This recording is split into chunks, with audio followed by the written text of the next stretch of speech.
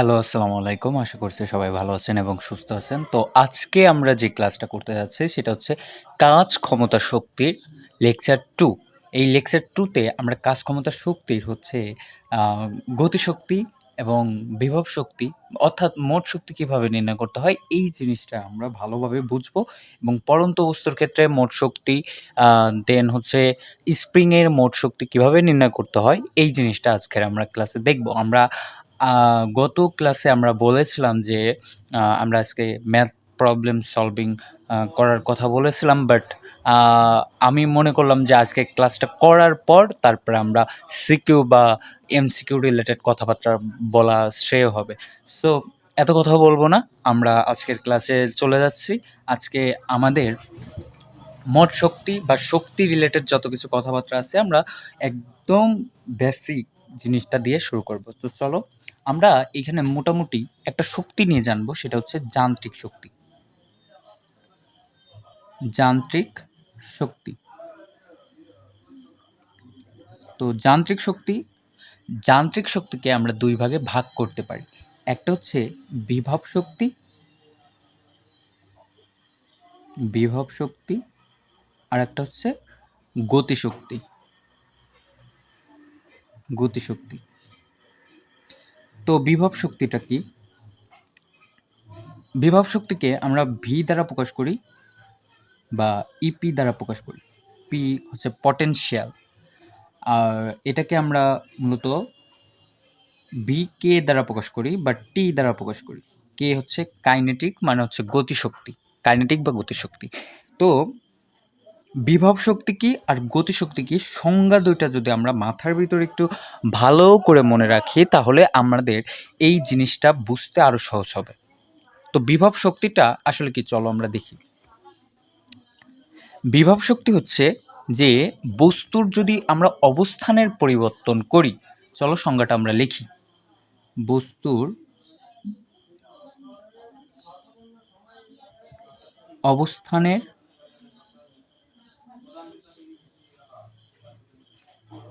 পরিবর্তনের জন্য যে কৃতকাজ, যে কৃতকাজ। তো বস্তুর অবস্থানের পরিবর্তনের জন্য যে কৃতকাজটা হয় সেটা হচ্ছে আমাদের বিভব শক্তি। তাহলে ভাই গতিশক্তি কি বলে? গতিশক্তি হচ্ছে আমাদের গতির কারণে যে শক্তি জমা হয়, গতির কারণে যে শক্তির প্রয়োজন হয়, গতির জন্য যে শক্তির প্রয়োজন, যে শক্তির প্রয়োজন সেটাকে আমরা গতিশক্তি বলতে পারি।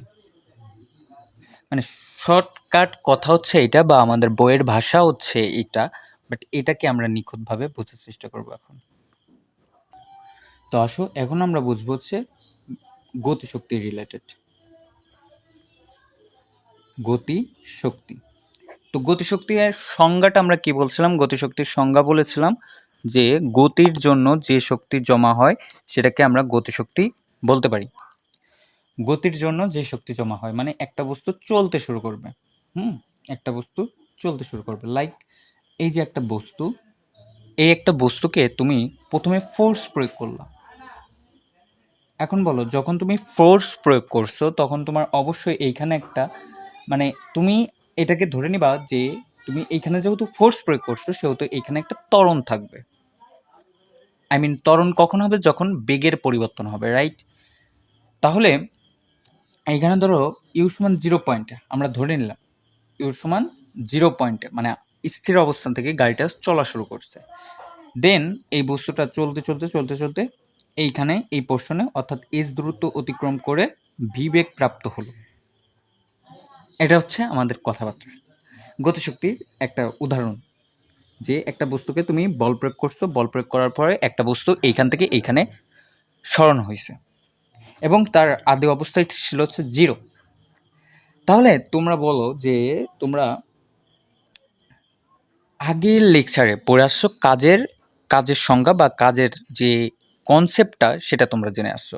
সেখানে তোমরা দেখছো যে কাজের সূত্র, যে মেইন সূত্রটা আমরা এই করছিলাম, প্রেজেন্ট করছিলাম, সেটা হচ্ছে ডাব্লু সমান এফ এস কস থিটা। এই সূত্রটা হচ্ছে আমরা প্রমাণ করছিলাম। তাহলে এইখানে দেখো ভাই যে এখানে এফ আছে, এস আছে, কস থিটা, কস থিটা, এই কস থিটার মান কত, থিটার মান কত বলো তো?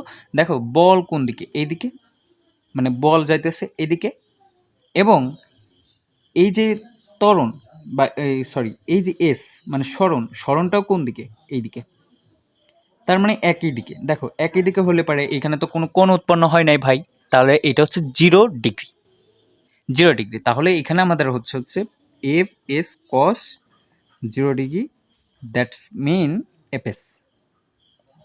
ওকে, এখন দেখো এফ সমান আবার কি লিখতে পারি, এফ সমান লিখতে পারি আমরা এম এ ইন্টু এস সমান কি লিখতে পারি, এস সমান লিখতে পারি, দেখো এস এর আমরা একটা সূত্র পড়ছি, সুন্দর একটা সূত্র পড়ি, ভি স্কোয়ার সমান সমান you square plus 2a s, এই সূত্রটা আমরা জানি। তাহলে এইখান থেকে আমরা এস এর সূত্রটা আনতে পারি যে v square minus u square divided 2a, 2a right. হ্যাঁ, তাহলে এইখান থেকে আমরা তাহলে এইখানে এস এর মানটা বসাই দিই।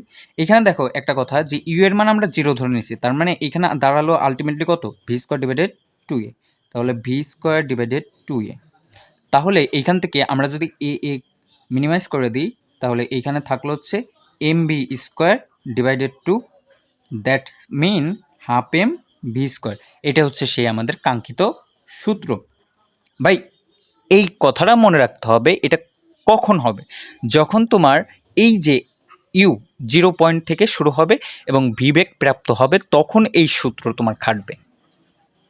ভাই তাহলে তোমাদের মনে একটা কোশ্চেন জাগতেছে যে যদি এইখানে একটা বেগ নিয়ে চলা শুরু করতো এবং একটা বেগ নিয়ে থামতো, তখন আমরা কি সূত্র অ্যাপ্লাই করতাম? তখন আমাদের সূত্রটা হইতো যে তুমি প্রমাণ করতে পারো, তখন আমি সূত্রটা শুধু লিখে দিচ্ছি, তখন আমাদের সূত্রটা হতো একই সূত্র, m v v two minus v 1 square, এই সূত্র হতো। ওই বেগের পার্থক্য, পার্থক্য দিয়ে স্কোয়ার দিয়ে দিতাম। দেখো গতি শক্তি রিলেটেড কথাবার্তা তোমরা বুঝছো কিনা আমাকে বলো, গতি রিলেটেড কথাবার্তা বুঝছো কিনা? আমি বিশ্বাস করি যে একটা সূত্র যখন পড়ব তখন ওই সূত্র ফিল করে বুঝে আমি সেটাকে কাটসাট করব। আশা করি বুঝতে পারছো গতিশক্তি। না বুঝে থাকলে একটু টেনে আবার দেখে নাও। এবার আমরা দেখব হচ্ছে বিভব শক্তি। তো আসো এখন আমরা দেখব হচ্ছে বিভব, বিভব শক্তি, বিভব শক্তি। তো বিভব শক্তির সংজ্ঞাটা আমরা কি বলছিলাম প্রথমে, যে বস্তুর অবস্থানের যদি আমরা পরিবর্তন করি, এই অবস্থানের পরিবর্তন করতে, কথাটা মনে রাখতে হবে, অবস্থানের পরিবর্তন করতে, অবস্থানের পরিবর্তন করতে, অবস্থানের পরিবর্তন করতে যে কাজটা হয় সেটাই হচ্ছে আমাদের বিভব শক্তি। এখন এই কথার দ্বারাই বিভব শক্তিকে আসলে বোঝা যায় না। আমরা যখন স্প্রিং এবং পড়ন্ত বস্তুর ক্ষেত্রে দেখব, তখন এই কথা, এই সিম্পল একটা কথা দ্বারা আমরা বিভব শক্তি নির্ণয় করতে পারি না। তাহলে সেই জন্য আমাদের বিভব শক্তির সঠিক সংজ্ঞাটা জানতে হবে। এটাও একটা সংজ্ঞা, বাট আর একটা সংজ্ঞা আমাদের জানতে হবে, সেটা হচ্ছে এজেন্ট দ্বারা কৃত কাজ। মানে এক্সটার্নাল এজেন্ট দ্বারা বলতে আমি বোঝাচ্ছি যে তুমি একটা বস্তুকে যে বল দিয়ে, যে বল প্রয়োগ করবা, সেই বল দ্বারা যে শক্তি হবে সেটাই হচ্ছে বিভব শক্তি। সেই বল দ্বারা যে শক্তি হবে সেটাই হচ্ছে বিভব শক্তি। বুঝি নাই? চলো বুঝি। তাহলে আমি বললাম কি, এক্সটার্নাল এজেন্ট দ্বারা কৃত কাজ। আচ্ছা এই কথার মানে কি আমি এখনো বুঝি নাই। এই কথার মানে হচ্ছে প্রাকৃতিক, প্রাকৃতিক যে কোনো, যে কোনো বলের কৃত কাজ, কৃত কাজ। তাহলে প্রাকৃতিক যে কোনো বলের বিরুদ্ধে কৃত কাজ, এই এক্সটার্নাল এজেন্ট দ্বারা এটা বোঝায়।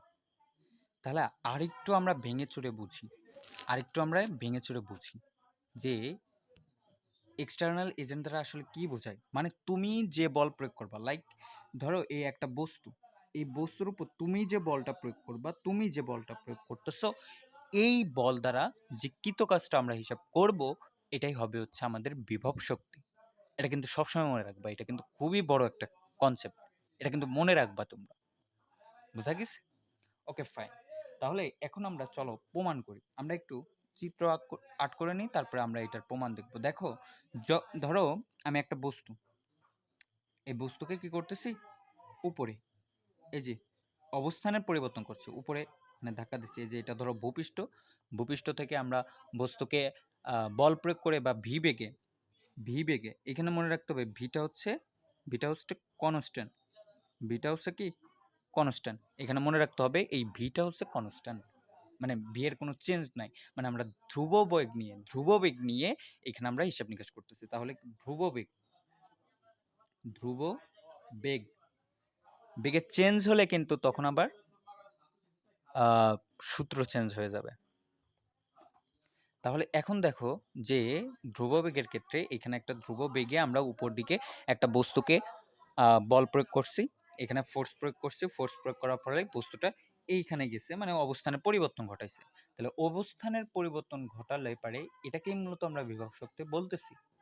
তাহলে দেখো এইখানে আমরা সূত্র, তাহলে আমরা কৃতকাজের সূত্রটা লিখি, W is equal F S cos theta.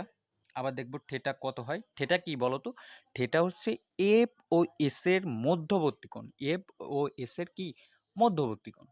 তাহলে এইখানে বল এদিকে এবং S S F R S, বল এদিকে, এসও এদিকে, মানে সরণও ঘটতেছে এদিকে, তার মানে জিরো। থিটার মান কত হবে, জিরো। ওকে, তাহলে এফ এস কজ 0 ডিগ্রি, তাহলে হবে কি এফ এস। তাহলে এবার দেখো যে এফ সমান তাহলে কি লিখতে পারি, এফ সমান হচ্ছে এম জি ইন্টু এস, মানে এখানে আমরা এইচ লিখতে পারি, এম জি এইচ। দেখো তাহলে এফ এফ হচ্ছে এম জি, কেন লিখলাম, কারণ দেখো এটা অভিকর্ষ বল, এখানে যে বলটা প্রয়োগ করতেছে, নিচে একটা বল প্রয়োগ করতেছে, এত কিছু তোমরা বুঝবা না, বাট একটু চেষ্টা করে বোঝার, যে নিচে একটা বল প্রয়োগ করতেছে, উপরে একটা বল প্রয়োগ করতেছে। এই বলটা হচ্ছে এমজির সমান, যেহেতু ধ্রুব বেগে যাচ্ছে সেহেতু এমজির সমান। তাহলে এমজি ইন্টু এস মানে কি স্মরণটাকে আমরা এইচ ধরেছি, তাহলে এমজি এইচ, তাহলে এমজি এইচ হলো। এটা হচ্ছে ধ্রুব বেগ নিয়ে কোনো কৃতকাজ যদি হিসাব নিকাশ করি, তখন আমরা বিভব শক্তির সূত্র এটা আমরা অ্যাপ্লাই করব। তাহলে এখন যদি আমরা বলি যে একটা বস্তুর মোট শক্তি নির্ণয় কিভাবে আমরা করতে পারি, তাহলে মোট শক্তি বা যান্ত্রিক শক্তি বা তার মধ্যে মোট কতটুকু এনার্জি আছে এটা আমরা হিসাব নিকাশ করি। তাহলে এখন হচ্ছে আমরা মোট শক্তি নির্ণয়, তাহলে মোট শক্তি নির্ণয় সেটা হচ্ছে আমরা ই ধরলাম, ই সমান বিভব শক্তি ইপি প্লাস গতিশক্তি ইকে। তাহলে ইপি সমান পেলাম এম জি এইচ আর ইকে সমান পেলাম হাফ এম ভি স্কোয়ার।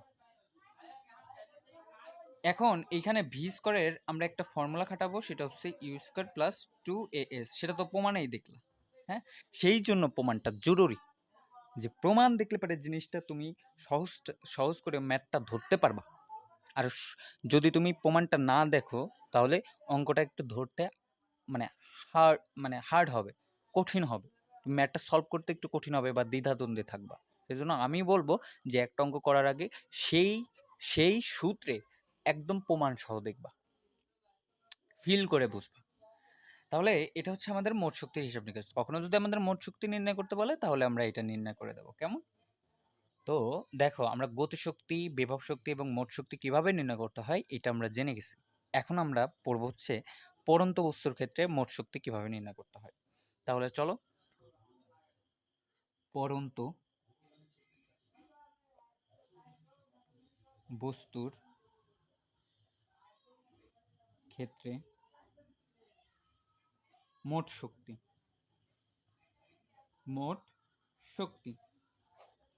পড়ন্ত বস্তুর ক্ষেত্রে আমরা মোট শক্তি কিভাবে নির্ণয় করতে পারি এই জিনিসটা আমরা দেখব। ধরো একটা বস্তু, এই যে একটা বস্তু এ পয়েন্ট থেকে বি পয়েন্টে আসবে, এটা হচ্ছে বি বা ভূপৃষ্ঠে আসবে। তাহলে একটা বস্তু এইখান থেকে এইখানে আসবে, এর হাইট হচ্ছে এইচ। এবার ধরো মাঝখানে একটা পয়েন্ট আমরা নিলাম হিসাব নিকাশ করার জন্য, হ্যাঁ, হিসাব নিকাশ করার জন্য সি বিন্দু। এখন এই রিলেটেড এই কনসেপ্টটা কিন্তু অনেক ইম্পর্টেন্ট তোমাদের পরীক্ষায়, কিন্তু মানে বিগত বছরগুলো তোমরা অ্যানালাইসিস যদি করো তাহলে এই কনসেপ্টটা তোমাদের প্রতি প্রায় বোর্ডেই প্রায় আসে, মানে প্রায় বোর্ডেই এসে থাকে। তাহলে দেখো যে এইখানে যখন ছিল বস্তুটা তখন এর বেগটা আসলে কত, জিরো, আদি বেগটা হচ্ছে জিরো। তাহলে দেখো যখন সে নিচে আসবে তখন সে বেগপ্রাপ্ত হবে, ভি বেগ প্রাপ্ত হবে। আমরা এখানে জানি ধ্রুব বেগ নিয়ে তারা হচ্ছে আগায়। ওকে, এইখানে ধরো এই যে এ থেকে এক্স এর দূরত্ব হচ্ছে এক্স, তাহলে বলো এতটুকু দূরত্ব, এতটুকুর হাইট কতটুকু হবে, বলো এতটুকুর হাইট কতটুকু হবে, H minus x, H minus x. এখন আসলে আমরা দেখতে চাই এই যে তিনটা পয়েন্ট এ বিন্দু, বি বিন্দু এবং সি বিন্দু, এই তিনটা বিন্দুতে মোট শক্তি, বা এখানে আমরা আর একটা কথা বলতে পারি যে শক্তির নিত্যতার সূত্র আসলে মানে কিনা এটা আমরা দেখব। আমরা জানি শক্তির কোনো ধ্বংস নাই, শক্তি হচ্ছে এক রূপ থেকে অন্য রূপে কনভার্ট হয়, এবং শক্তির যে সংরক্ষণশীলতার সূত্র সেটা মেনে চলে। মানে শক্তি যে পয়েন্টে নিই না কেন সেই শক্তির মোট শক্তি বা সংরক্ষণশীলতার সূত্রটা মেনে চলে। তো আসো আমরা দেখব যে এ পয়েন্টে, চলো এ পয়েন্টে আসলে মোট শক্তি কত, এ পয়েন্টে মোট শক্তি।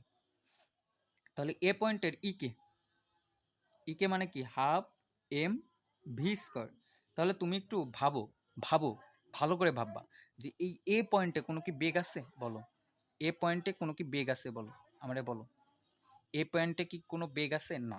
তাহলে বেগটা যদি জিরো হয়ে যায় তাহলে আলটিমেটলি ইকের মান কত হবে, জিরো, জিরো জুল। এবার আসো ইপি, ইপি হচ্ছে এম জি এইচ। দেখো তো এটা সর্বোচ্চ উচ্চতায় আছে না, সর্বোচ্চ উচ্চতায়। তাহলে মানে এইখান থেকে এখানে হাইট কত, এইচ, এইচ আর এম জি তো এম জি থাকবেই, মানে এই ভরের এম ধরলাম, জি ধরলাম নামতেছে। আর জি তো এই দিকে পজিটিভ, নিচের দিকে পজিটিভ না, পৃথিবীর অভ্যন্তরে জি কি পজিটিভ না, তাহলে এই দিকে আমরা সব ধরছি কিন্তু পজিটিভ, নিচে যত কিছু আছে সবগুলোরে আমরা পজিটিভ ধরছি। মানে এইদিকে ধরো ভি আসতেছে, তার মানে এটাও পজিটিভ, জি আসতেছে এটাও পজিটিভ, এক্সটা হচ্ছে পজিটিভ। মানে পজিটিভ মাইনাস মানে প্লাস মাইনাস কীভাবে কাউন্ট করব, দেখব যে বেগ বা ত্বরণ বা বল এগুলো যদি একদিকে থাকে তাহলে একদিককে আমরা এক চিহ্ন ধরে নেব, অপর দিককে আমরা অন্য চিহ্ন ধরে নেব, তাহলে আমাদের সলভ হয়ে যাবে। তাহলে আমরা একদিকে এই নিচের দিকে ধরছি হচ্ছে প্লাস, নিচের দিকে ধরছি হচ্ছে প্লাস। তাহলে বলো ইপি সমান এমজিএইচ, তাহলে এটা এমজিএইচ হবে, তাহলে মোট শক্তি, মোট শক্তি তুমি বলো zero plus m g h, that means m g h. Okay, বুঝতে পারছো? ঠিক আছে। এবার আসো এ বিন্দুতে মোট শক্তি দেখলাম এমজিএইচ, এবার আমরা দেখবো যে বি বিন্দুতে বা সি বিন্দুতে মোট শক্তি তাই হয় কিনা। চলো আমরা সি বিন্দুতে দেখি, সি বিন্দুতে আমরা দেখব যে সি বিন্দু, তাহলে সি বিন্দুতে ইকের হিসাব নিকাশ করব, হাফ এম ভি স্কয়ার। ভালো করে দেখবা, চিত্র ভালো করে দেখবা, আশা করি খাতা কলম নিয়ে বসছো, খাতা কলম নিয়ে বসতে হবে, আমার সাথে লিখতে হবে, কেমন? তাহলে দেখো এখানে আমাদের ভি স্কয়ারের মানটা লাগবে, কারণ সে যখন সি বিন্দুতে আসছে, একটু খেয়াল করো, সে যখন সি বিন্দুতে আসছে অবশ্যই সে একটা বেগ প্রাপ্ত হয়েছে, তাহলে বেগ প্রাপ্ত হলে পারে তার একটা বেগ থাকবে। এখন এই বেগের জন্য আমি একটা সূত্র মনে রাখতে বলছিলাম, সেটা হচ্ছে ভি স্কয়ার সমান সমান u square plus 2as, am I right? তাহলে দেখো এবার যে আমি কি বলছিলাম, চিহ্নর হিসাব নিকাশ কিভাবে করব, ভি কোন দিকে বলো তো, নিচে। এ কোন দিকে, অবশ্যই নিচে, কারণ বেগ বৃদ্ধির হার নিচেই, বা বেগ হ্রাসের হার যেটাই বলি নিচের দিকে হচ্ছে, আর স্মরণটাও কোন দিকে হচ্ছে, নিচের দিকে। তাহলে সব এইখানে কি হবে, পজিটিভ হবে, তাহলে সব এইখানে পজিটিভ। তাহলে সূত্রটা ভি স্কোয়ারের পরিবর্তে আমরা ওই সূত্র অ্যাপ্লাই করতে পারি।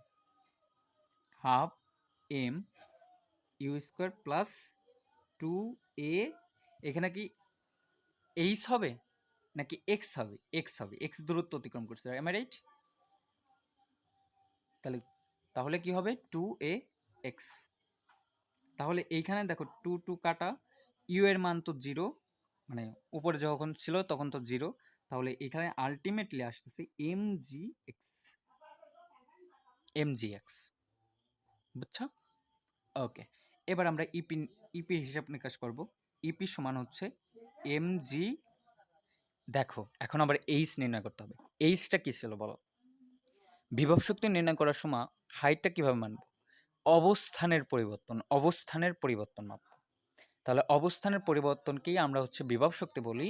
তাহলে এই এখন দেখো, তুমি এই চিত্রে দেখো, প্রথমে এটার হাইট ছিল কত? এইচ। এইখানে আসলে তার হাইট হয়েছে কত? এক্স। তাহলে অবস্থানের পরিবর্তন হলো কত? H minus x. তাহলে দেখো এইখানে এইচ মাইনাস এক্স হবে, এইচ মাইনাস এক্স। তাহলে এইখান থেকে দুটা সূত্র, MG H minus MG x. তাহলে এইখান থেকে আমরা মোট শক্তি কত পাই? ইসি, এটা হচ্ছে ইএ, এটা হচ্ছে ইসি। তাহলে ইসি বিন্দুতে মোট শক্তি হচ্ছে MG x plus MG H minus MG x. MG x কাটা, তাহলে দেখলাম এমজি এইচ। একটা জিনিস দেখো, ইএ এবং ইসির বিন্দুর যে মোট শক্তিটা সেটা একই আসছে। তাহলে এই যে মোট শক্তি কিন্তু সব জায়গায় সমান থাকবে। এখন আমরা আরেকটা বিন্দু আছে, সেটা হচ্ছে সি বিন্দু। এই সি বিন্দুতে আমরা মোট শক্তি, বি বিন্দুতে আমরা মোট শক্তি হচ্ছে নির্ণয় করব। তাহলে বি বিন্দুতে গতিশক্তি ইকে সমান হাফ এম ভি স্কোয়ার। তাহলে এবার বলো যে যখন বস্তুটা এইখানে আসবে তখন সে ম্যাক্সিমাম বেগটা লাভ করবে। আসলে বেগটা ম্যাক্সিমামটা লাভ করবে মানে যখন পতিত হবে। দেখো এইখান থেকে আস্তে আস্তে আস্তে আস্তে বেগটা বাড়তে এইখানে বেগটা হচ্ছে সর্বোচ্চ হয়ে বেগ আবার ভূপৃষ্ঠে যেয়ে কমে যায়। তাহলে এবার দেখো এইখানে, তাহলে এইখান থেকে আমরা সূত্র লিখতে পারি half m u square plus 2gh। তাহলে 2 মিনিমাইজ, ইউ স্কোয়ার হচ্ছে 0, তাহলে হবে হচ্ছে mgh। এটা হচ্ছে mgh। তাহলে এখন তুমি আমাকে বলবা ইপি, এখানে ইপির হিসাব নিকাশ বলো। ইপি হচ্ছে mgh। আচ্ছা বলো তো, এই যে নিচের বিন্দু, এই নিচের বিন্দুতে কোনো কি হাইট আছে? হাইট নাই, মানে অবস্থানের পরিবর্তন নাই। এখানে কি আর অবস্থানের পরিবর্তন হবে, তাই না? এইচ থেকে এইচে আসছে, তার মানে 0 হবে, তাই না? আলটিমেটলি এইচ এর মান কত? 0। তাহলে mg ইন্টু 0, দ্যাটস মিন 0। ইপির মান হবে হচ্ছে 0। বলো বুঝছো কি? তাহলে বি বিন্দুতে মোট শক্তি এবার নির্ণয় করব। তাহলে ইবি ইজ ইকুয়াল, প্রথমে হয়েছিল mgh প্লাস 0, তাহলে এখানে হবে হচ্ছে mgh। তাহলে দেখো তুমি E A is equal E B is equal E C, তিনটা বিন্দুতে মোট শক্তি সমান। দ্যাট মিন এটাকেই আমরা বলতে পারি শক্তির নিত্যতার সূত্র বা সংরক্ষণ, শক্তির কি সংরক্ষণশীলতার সূত্র মেনে চলে। এখন আমরা স্প্রিং নিয়ে কথাবার্তা বলবো। স্প্রিং তো সবাই দেখেছো।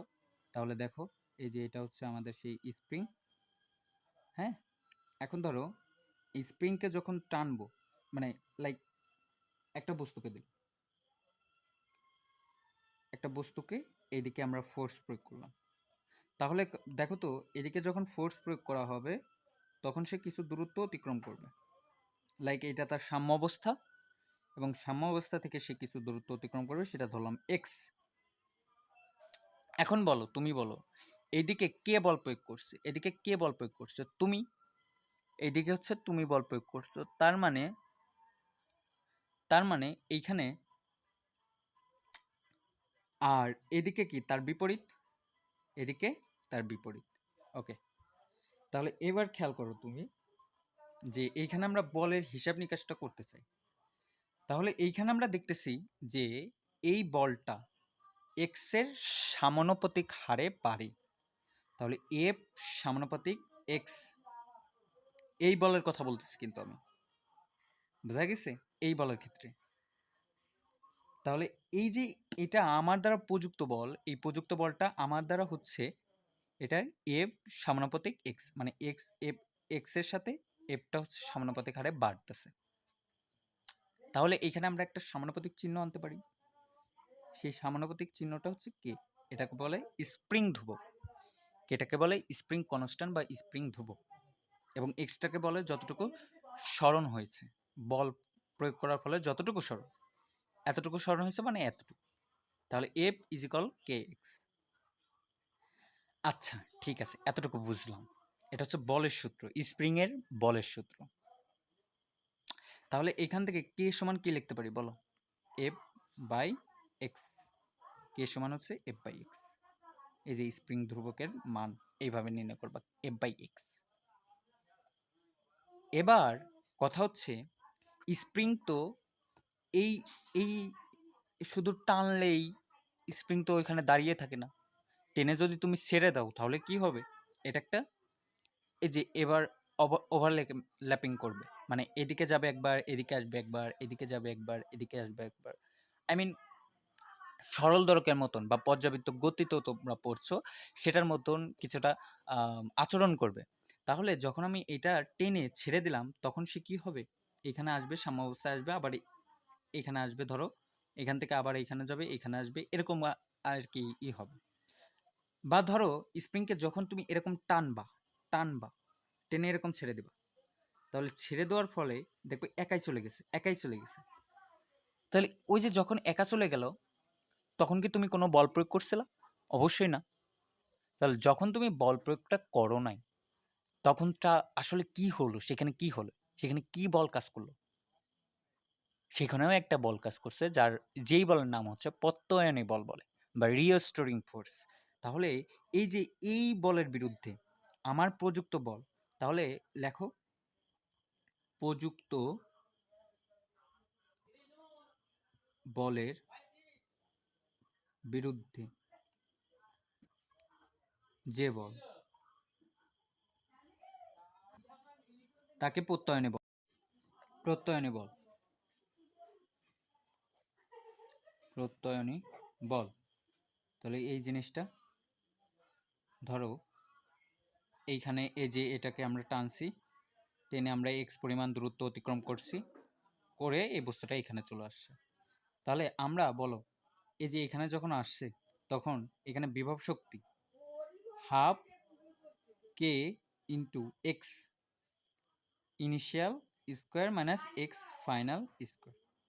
এইখান থেকে এইখানে মানে অবস্থানের পরিবর্তনের জন্য যে কৃত কাজ সেটাকে তো আমরা বিভব শক্তি বলি। আর যদি এখানে গতিশক্তি বলা হয়, এখানে তো ভি জিরো, তাহলে এই পয়েন্টে গতিশক্তি অর্থাৎ ইপির মান হবে হচ্ছে, ইকের মান হবে হচ্ছে জিরো। তাহলে এইখানে কিন্তু মোট শক্তি কিন্তু এটা, মানে ধরো এখানে এক্স ইনিশিয়ালের মান কত, জিরো না? তাহলে এখানে আলটিমেটলি হাফ কে এক্স স্কোয়ার, মানে এক্স ফাইনালের কথা বলা হয়েছে কিন্তু এখানে। তাহলে এখানে তো ইনিশিয়ালের জিরো, সেজন্য জিরো বসালে পারে এখানে হাফ কে এক্স স্কোয়ার, এটা হচ্ছে আমাদের বিভব শক্তি, এবং এখানে কোনো গতিশক্তি নাই।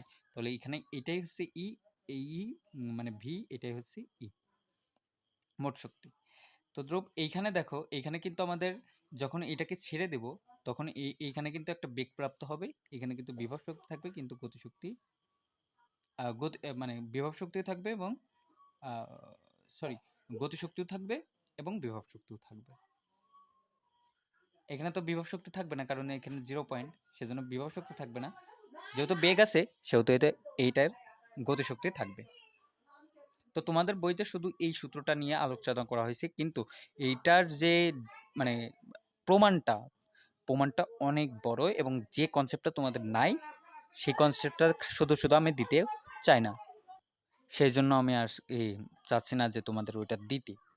মানে ওইখানে তোমাদের বড় ক্লাসের কিছু কনসেপ্ট জানা লাগবে। সেজন্য আমরা চাই না যে অত কঠিন করে বুঝতে, বাট সহজ করে বুঝে নাও যে এইখানে যখন আমি বস্তুটাকে টানছি তখন এইখানে v0 তার মানে গতিশক্তি নাই। কিন্তু এইখানে x পরিবর্তন হয়েছে এবং অবস্থানের পরিবর্তন হয়েছে, সেহেতু এখানে বিভব শক্তি আছে, তার মানে v সমান হাফ ইন্টু কে ইন্টু অবস্থানের পরিবর্তন, half into k x square. আর এই যে এইখানে কিন্তু গতিশক্তি আছে, কারণ যখন আমি ছেড়ে দেবো তখন আমি ভি প্রাপ্ত হবে, তার মানে এটা হচ্ছে বিভব শক্তি, এবং এইখানে এক্স ইনিশিয়াল হচ্ছে 0, এক্স ফাইনাল হবে 0, দ্যাটস মিন এইখানে কোনো বিভব শক্তি থাকবে না। তাহলে এটাই হচ্ছে আমাদের প্রত্যয়নের বলের মোট শক্তি এবং গতিশক্তি। এবং বলের যে এই স্প্রিং বলটা কিন্তু পরিবর্তনশীল বল, কালকে আমরা আলোচনা করছিলাম, বাট পরিবর্তনশীল বল নিয়ে কোনো আলোচনা করছিলাম না, কারণ ওটা তোমাদের সিলেবাসের বাইরে। তো চেষ্টা করছি তোমাদের সিলেবাসে যতটুকু আছে ততটুকু পড়ানো এবং খুবই ইসের কারণে। তো আজকের মতন এইখানেই, খোদা হাফেজ।